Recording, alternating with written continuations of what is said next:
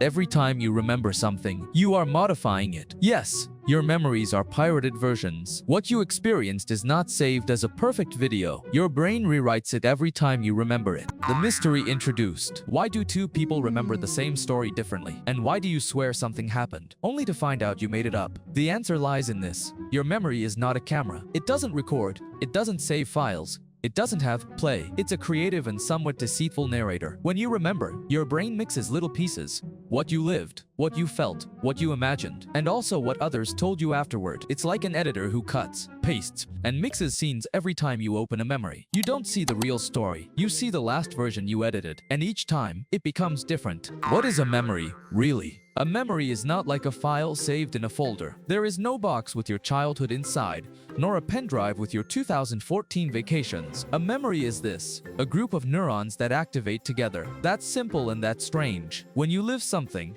certain parts of the brain light up. What you see, what you feel, what you think. Those little lights activate at the same time. And when you remember, the brain lights up that same pattern again. It's like recreating the scene, but with pieces. You are not watching a recording. You are reconstructing the moment with what your brain has on hand. And if pieces are missing, it doesn't matter. Your brain invents them. And what does a memory include? A little bit of everything. What you saw, what you heard, what you thought, what you felt, and what you assumed was happening. That's why remembering is not going back to the past. It's making a new version of the past based on the present. Do you remember a party? Your brain gathers the image of the lights, someone's laugh, the smell of food, an emotion, shame, joy, and even what you think of that person today. That unique and chaotic pattern is your memory. And every time you remember it, that pattern is activated again. But it doesn't come out the same. It adapts, mixes, updates. It's like a recipe that has a new twist every time. Encoding, when something becomes memorable. Your brain doesn't save everything. In fact, it forgets most of the things that happen to you. Why do some things stay recorded and others don't? Because for something to become a memory, it first has to pass the first filter. Encoding. Think of it like a gate with a guard at the entrance. Not just anything gets in, it has to catch the attention. Key 1. Attention. If you don't pay attention to it, bye. Do you know what you had for breakfast 5 days ago? Probably not. But do you remember breakfast right before an important interview?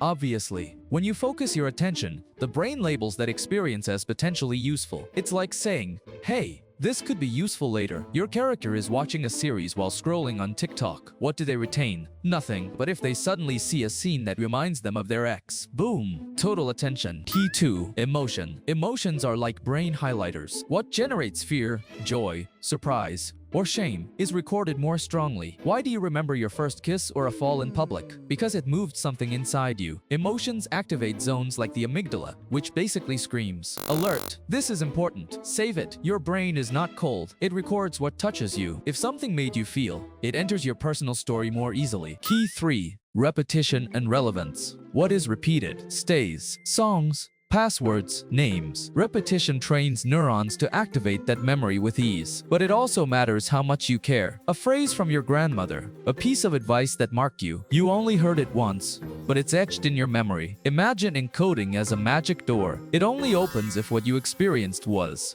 striking, exciting, repeated, or deeply personal. Everything else stays out. And if it doesn't pass that door, your brain doesn't even bother to remember it. Step 2. Storage, where the memory stays. Okay, you paid attention, you got emotional, it was repeated, and the memory managed to get in. Now, where is it stored? Spoiler, there is no memory shell. Your brain is not a library. A memory is not a little box with a label. It is a network, a set of connections that activate together. And the crazy thing is that not everything is stored in one single place. Imagine this. You live a strong experience. What you saw remains in the visual cortex. What you heard in the auditory one. What you felt in the amygdala. And what you thought in the hippocampus or the prefrontal cortex. Each of those parts stores a different fragment of the memory. And all those fragments are linked by neural connections. That network is your memory. The more times that network is activated, the more solid it becomes. It's as if the cables connecting it became thicker. That's why you remember better what you relive often. Every time you do it, you reinforce the circuit. Your character,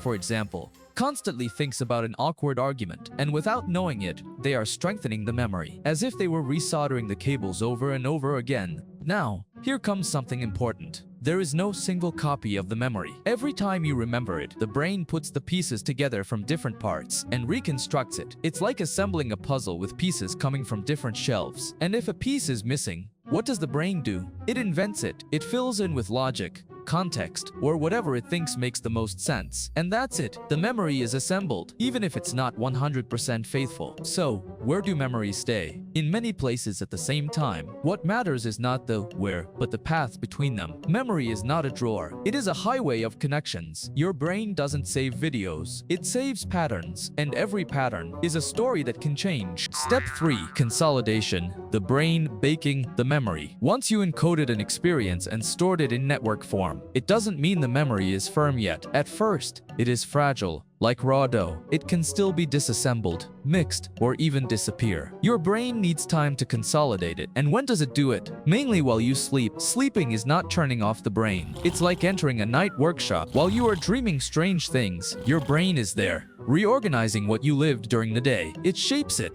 stabilizes it, it bakes it. Literally, the memory becomes more resistant. What was initially a draft transforms into a more solid version. A classic example. You study something before sleeping, you sleep well the next day, you remember it better. Why? Because the brain worked all night, fixing that information. As if putting the memory in the oven and taking it out well cooked. And do you know what happens if you don't sleep well? That memory can fade or be poorly consolidated. It's like taking the dough out of the oven too soon. It stays soft, it breaks easily. But consolidation also happens while you are awake. When you mentally review something, when you tell it, when you think about it many times, you are reinforcing the memory. You tell an anecdote again. You relive an emotion. You think about an experience over and over again. All of that strengthens the connections. Each review is like putting the memory in the oven for a few more minutes. But beware, every time you heat it, it can also change a little bit. Your character remembers a beautiful afternoon at the beach, but over time, they add a sunset that wasn't there, a conversation that didn't happen, a song that only played in their head. And all of that is saved as part of the real memory, because that's how your memory works.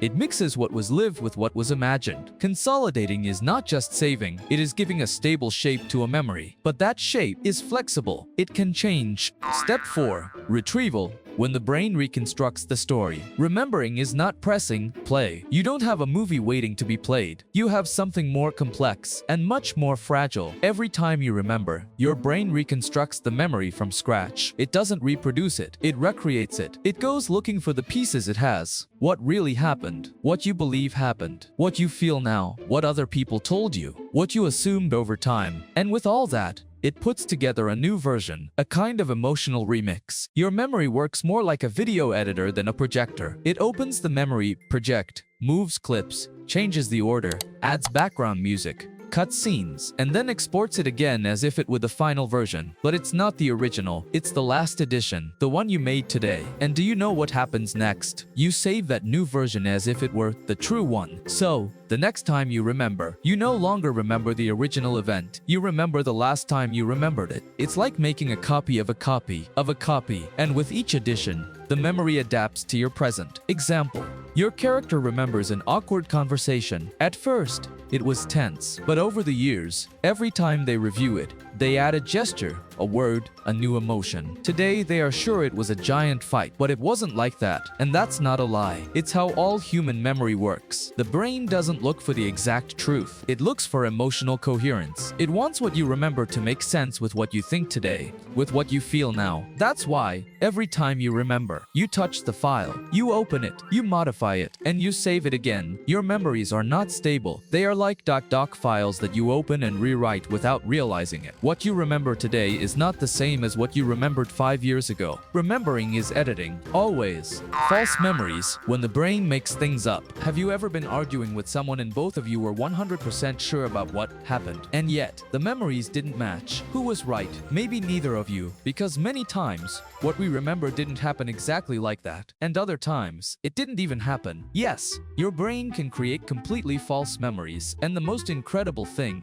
those memories feel real. They have images, sounds, emotions, details, but they are pure invention. Your brain filled in gaps without you noticing. Why does it do that? Because it hates emptiness. It prefers to have a story with invented parts, rather than accepting that it doesn't remember something. Classic example. You are convinced you locked the door. You remember it. You visualize the gesture, but you never did it. Your brain assumed you did, because you always do. It completed the memory automatically. Your character is convinced they said something important in a conversation. They are absolutely sure. They even remember the tone of voice. But if we check, they only thought it. They never said it. The line between thought and action got mixed up in their mind. In real experiments, people have been led to believe they were lost in a shopping mall as children, and they remembered it in great detail, and it never happened. How? With simple suggestions, images, and repetitions. The brain does not record facts. It records stories that make sense. And when a story needs to be completed, it completes it with whatever, logic, emotion, or pure imagination. The problem is that afterwards, you believe it, and you defend that memory with absolute certainty. This also occurs in important situations: judicial declarations, family memories, childhood anecdotes, traumas, or key moments. Therefore,